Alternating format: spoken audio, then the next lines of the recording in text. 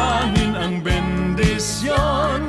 Kapag nakanta na, tayo'y magkakaroon ng higit na pag-asa.